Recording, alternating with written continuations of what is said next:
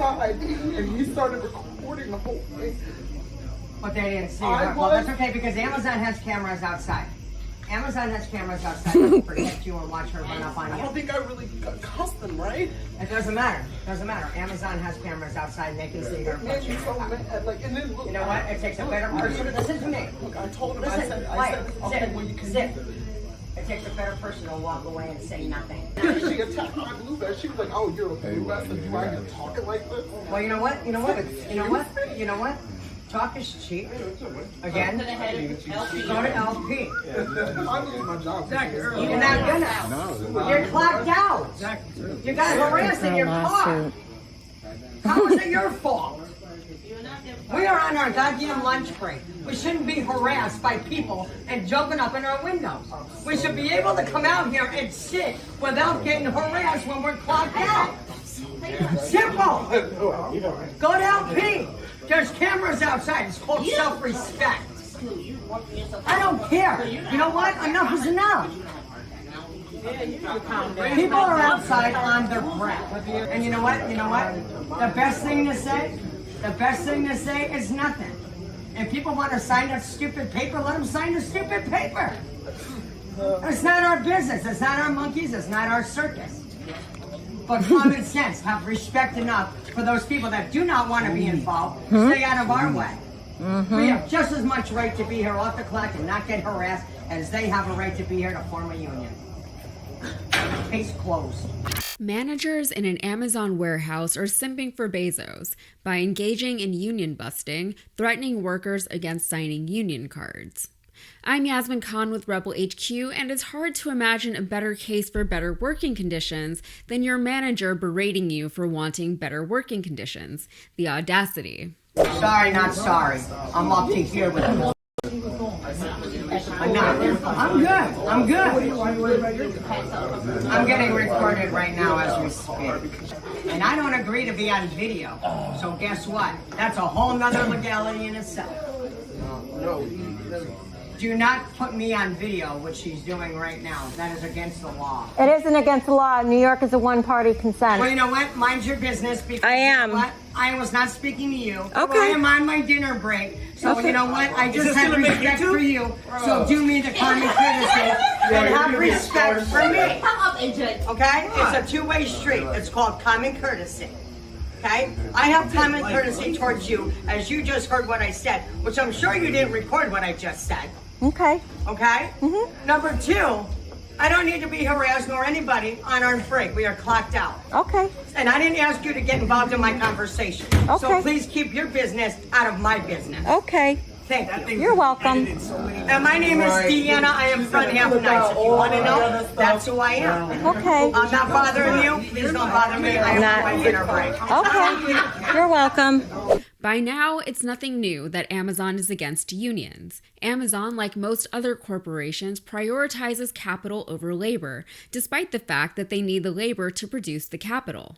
So, in order to maintain a competitive advantage over the several industries that it participates in, Amazon has notoriously overworked its employees, underpaid them, and otherwise mistreated and undervalued them, all in the name of faster delivery times and greater profit margins. So you have to wonder, why are these managers, who are just employees of Amazon, not executives, showing so hard for the interests of their corporate overlords rather than the workers they interact with every day? Well, there are a few reasons why managers would be against unions, but just very quickly, managers aren't allowed to join unions because between the workers' collective bargaining power and the companies, managers are considered part of the company structure. So for one, these managers may have bought into the corporate-issued propaganda against unions, which isn't hyperbole on my part. Amazon literally gave training videos to its managers describing why unions are bad, instructing them on how to detect union organizing, and giving them tips and tricks on how to effectively quell any workers' rights movements. Sometimes companies will actually incentivize managers and supervisors to union bust by, for example, threatening their jobs should a union be organized under their watch, or tying their performance-based bonuses to goals that wouldn't necessarily be met if the workers either got their way or went on strike. Another anti-union talking point that keeps coming up is that unions would hinder innovation. The argument is that the collective bargaining that comes with unions would mean that new initiatives would have to be agreed upon prior to being rolled out, which could slow progress, discourage creativity, and lead to a company falling behind its competitors. In such a fast-paced economy, if businesses can't switch on a dime to try new things, that could be bad for business. Of course, the counter to that is that now businesses like Amazon can, for instance, say that they're going to cut down delivery times even more in the name of securing their competitive advantage. But the workers would be the one to implement such a change, often, as we've actually seen, to their detriment. Communication is another commonly cited concern, and this one you'll actually hear from managers themselves. Anti-union managers are sometimes under the impression that they won't be able to directly interact with their employees without having to go through the union first. That's not really true, though. They can and should interact with their workers. They would just have to interact in such a way that they're actually being decent to people and not violating any union protections, which is crazy, I know. There are more anti-union arguments that you'll often hear made, such as arguments pertaining to union dues, or the alleged obsolescence of unions, or the notion that unions make American workers more expensive, so they actually encourage companies to outsource and offshore. But none of these arguments really hold up to scrutiny, at least not in terms of what's best for people rather than profit. When you consider how hard corporations work to prevent and bust unions, though, it becomes clear that none of these arguments are made in good faith or with the laborer's best interests in mind. Because the only real anti-union argument that these corporations can actually make is that they want bigger profit margins at all costs, and to achieve that end, they need the right to exploit their workers. Today, we're seeing a renewed labor movement, a movement that hopes to build upon what workers were able to achieve during the original labor movement. Back at the turn of the 20th century, the Industrial Revolution was in full effect, completely revolutionizing the way the world looked, felt, and operated. Technology and industry were means by which people were getting rich, very, very rich. But for every Carnegie, Rockefeller, Vanderbilt, or Pulitzer, there were millions of workers, including children, who were enduring long hours, low wages, and dangerous and unhealthy working conditions. While people were laboring in squalor, the fat cats at the top kept getting fatter. The people who actually built the cities, the railroads, and the industries, however, weren't able to benefit from the prosperity they were creating. The peak of the industrial age in the United States is known as the Gilded Age, a period of several decades in which the U.S. ramped up industrialization to the immense benefit of the elites. Whenever you hear tale of the Gilded Age, is often romanticized as a time when Americans were hardworking, industrious, innovative, and entrepreneurial. A time in which the American dream was fully realized and exemplified by a select few who were praised and revered for their business prowess. The flip side of that, of course, is that while the elites were benefiting, the workers were suffering. Inequality was sky high, and the rich seemed insistent on getting richer by monopolizing industries, reinvesting their wealth, and suppressing labor movements. The reality of the Gilded Age is, in many ways, comparable to monarchical or feudalistic structures that we saw in Europe around the same time. Today, the landscape isn't far off from the opulence and inequality of a century ago. A recent report found that, quote, in the U.S., the return of top wealth inequality has been particularly dramatic, with the top 1% share nearing 35% in 2020, approaching its Gilded Age level. The unions and woke activists that sprung up during that time are responsible for the 40-hour work week, the weekend, and the end of child labor. The collective bargaining power of the unions was enough to challenge the few at the top, securing higher wages for workers, standardizing overtime pay practices, and ensuring safe and humane working conditions. And these are things that we take for granted today. I know I don't work on the weekend unless I feel like it, and no one can really make me.